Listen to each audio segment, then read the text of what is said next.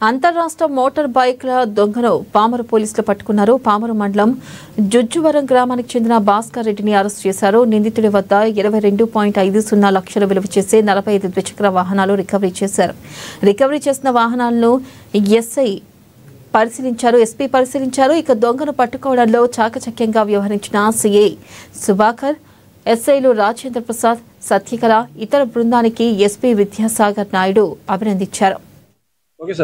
So మనకు చూస్తే ఓవరాల్గా ఈ 26 కేసెస్లో పామర్ పోలీస్ స్టేషన్లో ఉన్న 8 కేసెస్, గుడివాడ 1 టౌన్లో 3 కేసెస్, 2 టౌన్లో 8 కేసెస్, సిమిలర్లీ మచిలీపట్నంలో 2, ఆర్పేట 1, చిలకలపూడి, ఉయ్యూరు ఈ రెండింటిలో కూడా ఒక్కొక్క కేసు, మాచవరం పిఎస్ 2 కేసులు ఎన్టీఆర్ కమిషనరేట్లో.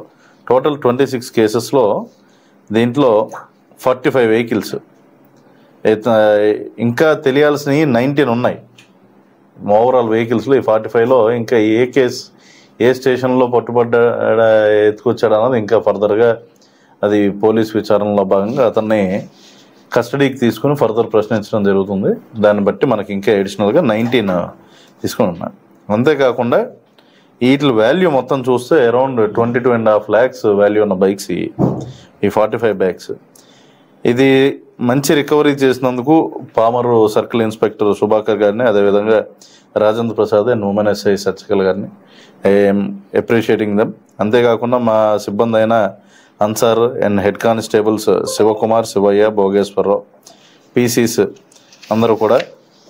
అండ్ మెయిన్లీ ఏంటంటే మనకి లోకల్గా మంచి ఇన్ఫర్మేషన్ ఇస్తున్న జిఎంఎస్కేస్ కూడా ఉన్నారు, ఇటువంటి జరుగుతున్నాయి అని చెప్పి. కాబట్టి ఈమె జిఎంఎస్కే ధనలతను కూడా స్పెషల్ అప్రిషియేషన్ ఈ సందర్భంగా. సో మనకి చూస్తే ఓవరాల్గా ఈ